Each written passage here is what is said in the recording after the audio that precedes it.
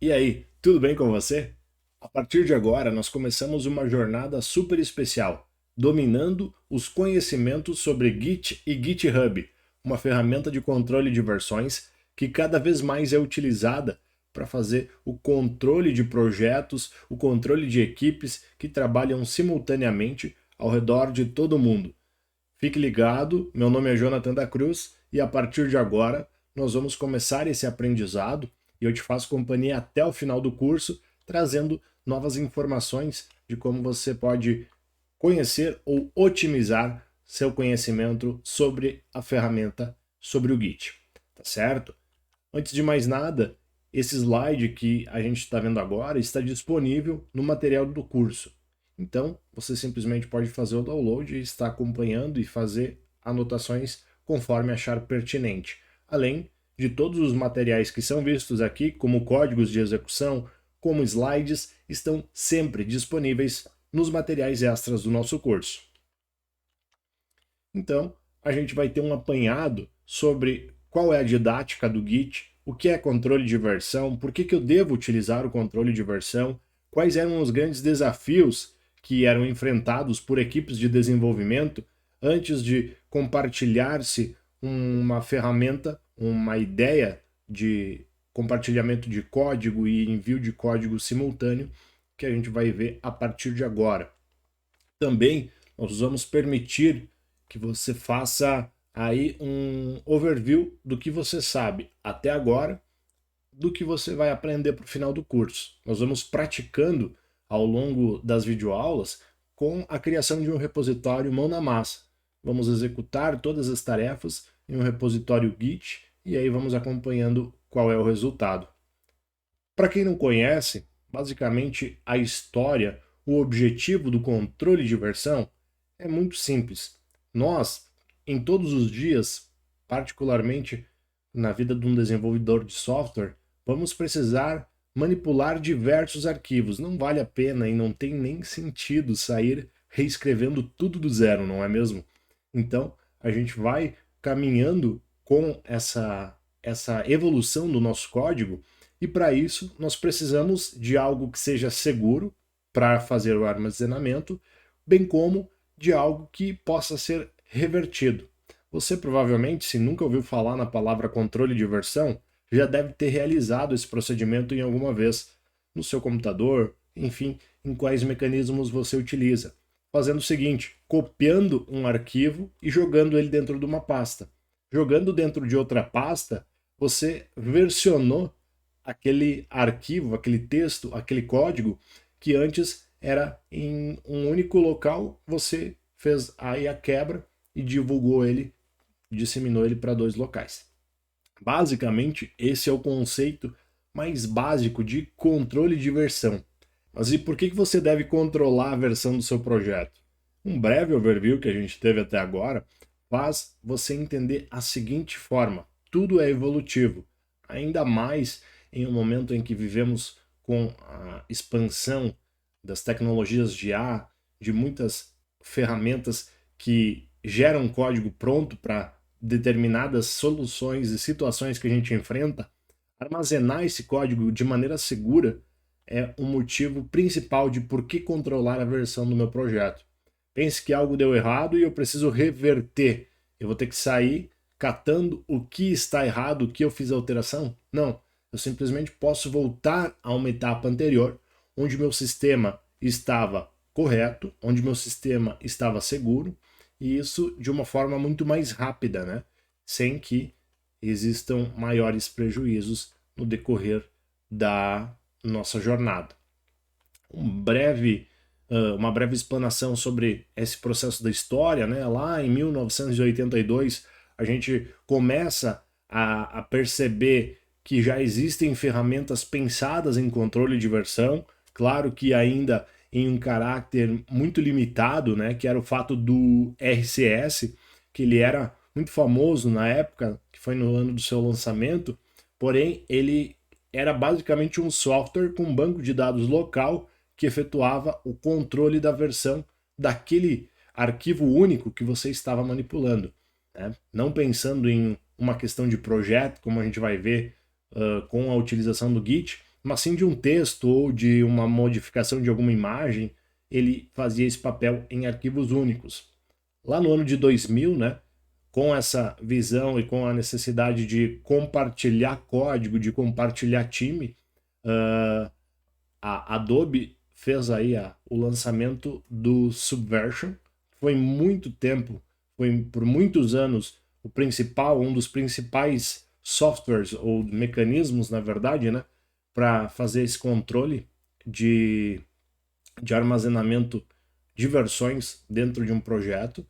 Ele tinha grandes vantagens, que depois a gente vai ver em um próximo slide. Não é o objetivo dele, claro. Se você tiver interesse, procura aí sobre Apache Subversion. E aí só em 2005, após alguns problemas em que o Subversion não estava mais se adequando a esse mercado, é que a comunidade do Linux se reuniu para especificamente juntar e criar um mecanismo de controle de versão que pudesse resolver os principais problemas que estavam no mercado, com uma visão mais voltada especificamente aí sim para desenvolvedores, para equipes de desenvolvimento de software que precisavam amadurecer, que precisavam ter algo que fosse mais seguro, que precisavam ter uma alta disponibilidade de material ao seu alcance, ou seja, no caso do Subversion, nós temos apenas um servidor central onde todas as informações estão armazenando o código.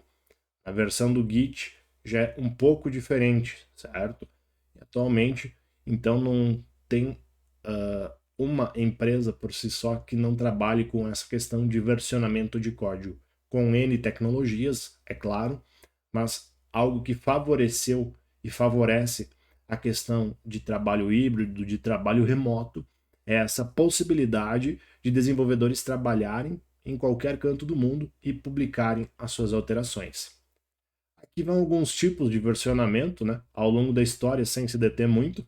No começo, lá na questão do RCS, era armazenado localmente, né? Tinha um alto risco de perder todas aquelas informações, de corromper um computador onde estava instalado a versão, onde estava todo o histórico, o versionamento daquele arquivo, porém era muito fácil. Na época, era simplesmente a ferramenta disponível que tinha e o volume não era tão grande quanto o volume que a gente enfrenta agora, quanto projetos compartilhados que a gente enfrenta agora. Basicamente, né, o RCS ele pegava os arquivos e jogava para dentro de um servidor que rodava no computador local, e aqui dentro desse servidor ele ficava armazenando as versões.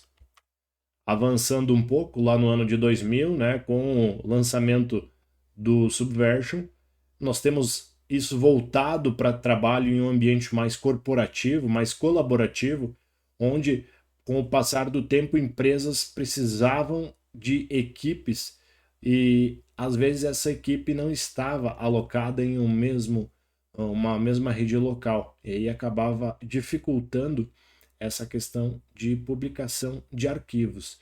Com essa questão do servidor centralizado, basicamente um único diretório, um único servidor contém todos os arquivos e as versões, né, o controle dessas versões que são utilizadas e publicadas por as pessoas que desejam assim realizar esse processo.